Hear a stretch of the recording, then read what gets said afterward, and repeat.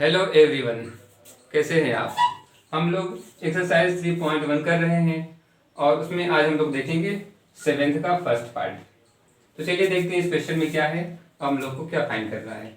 तो ये दे रहे हैं एक एंगल का वैल्यू 30 डिग्री, दूसरा एंगल का वैल्यू 90 डिग्री और हम लोग को क्या फाइंड करना है, सम फाइंड करना है किसका, एक्सटीरियर एंगल। कौन कौन सा, z plus x plus y, यानी तीनों एंगल का सम कितना होगा, ये हम लोगों को फाइंड करना है। तो चलिए देखते हैं कि कैसे फाइंड होगा। सबसे पहले हम लोग ये इंटीरियर एंगल जो है इसको फाइंड कर लेते हैं। चलिए इसका नाम हम क्या रख देते हैं, सी रख देते हैं और फाइंड करते हैं। तो हम लोग होता है sum of all angle of triangle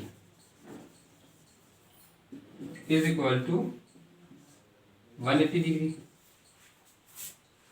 ठीक है, इतना तो आप लोगों को पता है 180 डिग्री। अब यहाँ पे दो वैल्यू पता है और थर्ड हम लोग को फाइंड करना है, यानी 30 degree plus 90 degree plus c is equal to 180 degree. तो यहाँ से हम लोग को क्या पता चल गया, angle c is equal to 180 और इसको ऐड करके फिर ले आते हैं। तो 90 plus 30 is equal to 120 degree. तो यहाँ से हम लोग कह सकते हैं angle c is equal to 180 minus 20 direct लिखते हैं। तो यहाँ पे क्या हो जाएगा, 60 हो जाएगा।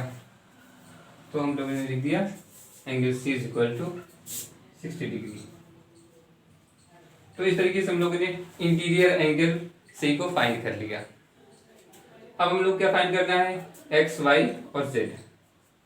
तो देखिए एंगल एक्स को फाइंड करना है हमें। एंगल एक्स क्या होगा, एंगल वाई की वैल्यू क्या होगा और एंगल जेड क्या होगा, ये हमें नहीं पता है। तो चलिए हम लोग देखते हैं कि कैसे इसको फाइंड करते हैं वन बाय वन। अब चलिए हम लोग देखते हैं कि कैसे फाइंड करते हैं। अब देखिए, आपको ध्यान से देखेंगे तो दिखेगा कि ये एक स्ट्रेट लाइन है और स्ट्रेट लाइन में जो भी एंगल होता है उस एंगल का जो सम होता है वो कितना होता है, 180 डिग्री। तो हम लोग इसको फाइंड कर सकते हैं।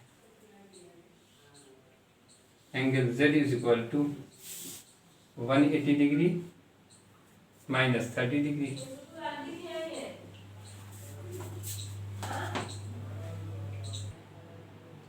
तो देखिए हम लोगों ने क्या लिखा, angle z is equal to 180 minus 30। अब आप सोच रहे होंगे कि मैंने ये कहाँ से आगे वैल्यू कैसे लिख दिया। तो देखिए क्या कॉन्सेप्ट है, sum of angles of straight line is equal to 180 degree. यानी जो भी एंगल स्ट्रेट लाइन का होगा उसका सम कितना होता है, 180 डिग्री होता है। तो देखिए यहाँ पर z plus 30, angle z plus 30 degree is equal to 180 degree. तो देखिए हम लोग को एंगल z फाइंड करना था। तो एंगल z कितना हो गया, 180 डिग्री माइनस 30, हमारे पास कितना आ गया, 150। तो ये ऐसे हम लोगों ने इस वैल्यू को डायरेक्टली यहाँ पर लिखा था। अब इसी तरीके से हम लोग एंगल x को अब डायरेक्टली लिख देंगे। देखिए इसको बार बार लिखने की जरूरत नहीं है, इस वैल्यू को बार बार लिखने की जरूरत नहीं है। अब इसी तरीके से x कैसे फाइंड होगा, देखिए angle x plus angle 90 degree is equal to 180 degree. अब यहाँ से क्या हो गया,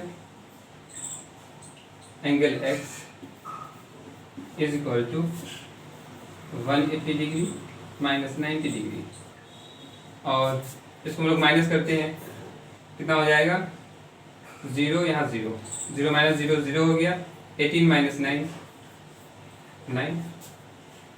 तो इस तरीके से हम लोगों ने एंगल x को भी फाइंड कर लिया। अब देखिए अब इसी तरीके से एंगल वाई फाइंड करते हैं। Angle y plus 60 degree is equal to 180 degree. तो यहाँ से भी हम लोग कह सकते हैं angle y is equal to 180 degree minus 60 degree. अब इसको हम लोग माइनस करके और देखते हैं क्या आएगा। 0 माइनस 0 0, 8 माइनस 6 6, वही 1। तो यहाँ से हम लोग को मिल गया angle y equal to 160 degree. तो देखिए यहाँ पर एंगल जेड हमें मिल गया। Angle z is equal to 150 degree. और इसी तरीके से देखिए एंगल जेड यहाँ मिला हम लोगों को, और एंगल वाई मिल गया यहाँ पर, ये देखिए। और कौन सी वैल्यू थी? जेड, वाई और एक्स। और यहाँ पर आप देख सकते हैं हम लोगों को एंगल एक्स मिल गया। और इसी तरीके से angle x is equal to कितना मिल गया? 90 डिग्री।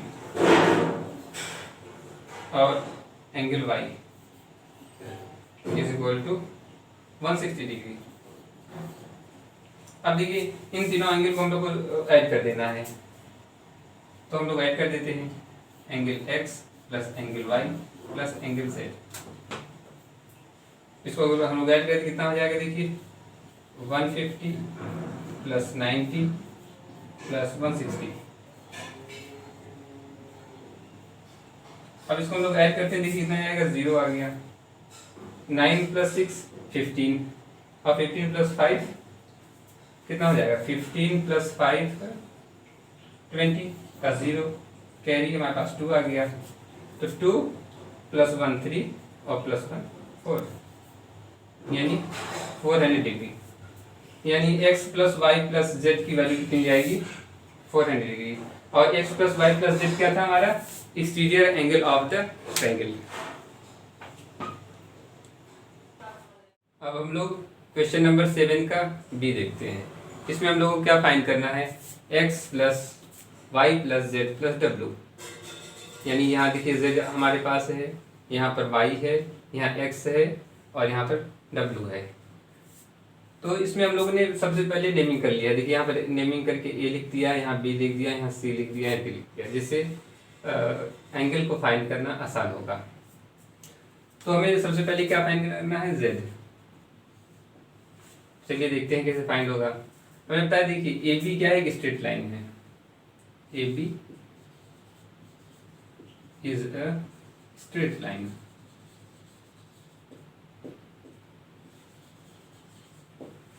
ठीक है, तो अगर हम इस पॉइंट की बात करते हैं जहां पर एंगल Z है, और Z को हमें क्या करना है? फाइंड भी करना है। तो हम लिख सकते हैं कि angle Z plus 60 degree is equal to 180 degree. क्यों हम लोगों ने ऐसा लिखा? क्योंकि देखिए जब एक स्ट्रेट लाइन होता है, एक ट्रांसवर्सल लाइन होता है जो किसी भी लाइन को डिवाइड करता है दो पार्ट में, तो क्या होता है? दो एंगल का जो सम होगा वो 180 डिग्री के बराबर होगा। तो हम लोगों ने बस इसमें यही काम किया है। तो हमें z निकालना है, तो z निकाल लेते हैं। z is equal to 180 degree minus 60 degree. इसको फाइंड करते हैं। देखिए 0 माइनस 0 0, 8 माइनस 6 2 हो गया, और ये 1 बच रहा है, तो 1 हम लोगों ने यहाँ पर लिख दिया। तो इस तरीके से हम लोगों ने एंगल z को फाइंड कर लिया। तो कह सकते हैं एंगल z की वैल्यू आ गई 120 डिग्री। तो यहाँ पर हम लोग लिख देंगे angle z is equal to 120 degree. इसी तरीके से देखिए एंगल w भी फाइंड करेंगे, एंगल x, एंगल y। तो इसको बार बार हमें ये स्टेप रिपीट करने की जरूरत नहीं है कि AB is a straight line. हम लोग अब यहाँ पर डायरेक्ट काम करेंगे। तो चलिए अब एंगल y फाइंड करते हैं। एंगल y ये कैसे होगा? 180 डिग्री माइनस 80 डिग्री। तो 180 माइनस 80 कितना हो जाएगा? 100। तो 100 डिग्री हो गया। अब ऐसे ही एंगल x को फाइंड करते हैं। x is equal to 180 minus 120 degree. सब जगह डिग्री लगाते चलिए, नहीं लगाएंगे तो गड़बड़ हो जाएगा। तो 180 माइनस 120 हो जाएगा 60 डिग्री। अब हमारे पास क्या बच रहा है फाइंड करने को, W। तो W को भी इसी प्रकार से फाइंड कर लेते हैं, 180 डिग्री माइनस, अब देखिए ये हमारे पास नहीं है, क्या यहाँ पे दोनों एंगल अननोन हो जा रहा है, ये भी अननोन ये भी अननोन। तो इसके लिए हमें क्या करना पड़ेगा, तो यहाँ पर वो एंगल को फाइंड करने के लिए हमें सबसे पहले इसमें क्वाड्रिलेटरल की प्रॉपर्टी को लगा करके इस एंगल को फाइंड करना होगा। जब इसको हम लोग फाइंड कर लेंगे तो ही यहाँ पर वैल्यू रख पाएंगे। तो चलिए फाइंड करते हैं कि यहाँ पर ये एंगल क्या होगा, क्वेश्चन मार्क। तो उसके लिए हमें क्या करना पड़ेगा, हमें पता है कि sum of all interior angle of quadrilateral is equal to 360 degree. जब हम लोगों को पता है कि सभी एंगल का सम होता है 360 और हमें क्या पता है, 3 एंगल पता है, तो ये एंगल हम लोग को मालूम चल जाएगा। तो देखिए क्या करना है, इस क्वेश्चन मार्क की जगह हम लोग क्या लिख सकते हैं, चलिए इसकी जगह हम लोग लिख दे रहे हैं F। एंगल F क्या होगा, तो यहाँ पर एंगल F देखिए क्या होगा 360 डिग्री माइनस, अब इन तीनों का सम कर देते हैं, 120 degree plus 80 degree plus 60 degree. और ये हम लोगों ने क्यों किया, क्योंकि सभी एंगल का सम होता है 360 डिग्री। तो यहाँ से देखिए हम लोग इसको सॉल्व कर देना है, 360 माइनस, अब इसको ऐड कर लेते हैं। तो देखिए 6 है, यहाँ पर 8 है, तो 6 प्लस 8 14 हो जाएगा, कितना हो जाएगा 14, और 14 प्लस 2 16, 16 के 6 और कैरी कितना आ गया 1 अपने पास। तो देखिए 1 और प्लस 1 2 हो गया, तो कितना आ गया अपने पास 260 आ गया। जब 260 अपने पास आ गया, अब क्या कर लेते हैं, माइनस कर लेते हैं, 360 माइनस 260, इसको माइनस करेंगे कितना आएगा अपने पास 100 डिग्री। तो हम ये जो F था या क्वेश्चन मार्क था, इसकी जगह हमारे पास क्या आ गया 100 डिग्री।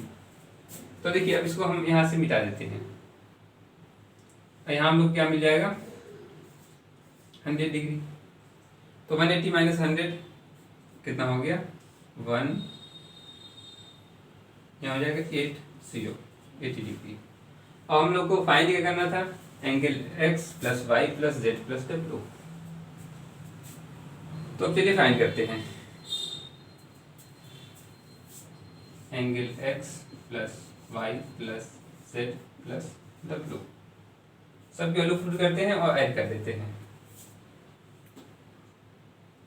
तो देखिए यहाँ से z की वैल्यू कितनी आ गई अपने पास 120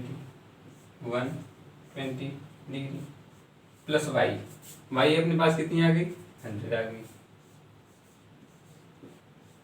और w कितनी आ गई अपने पास 80 आ गई, और अपने पास z कितनी आई है 120 हो गया है, एक वैल्यू बच रहा है।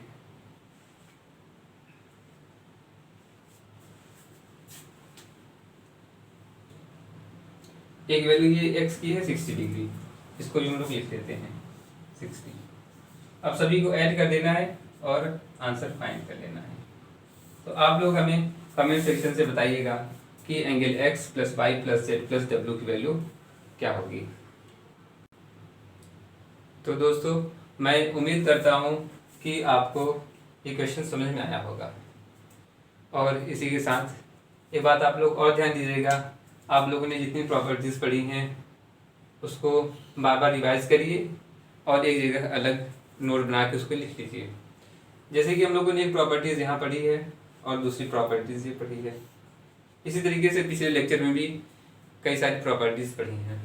तो उसको आप लोग बार बार लिखिए, रिवाइज करिए, प्रैक्टिस करिए, जिससे वो सारी प्रॉपर्टीज़ आपके दिमाग में बैठ जाएँ। और यह आगे आने वाले क्लासेस में आपके बहुत काम आएंगे। तो इसी के साथ आज का ये लेक्चर यहीं एंड करते हैं। Thank you.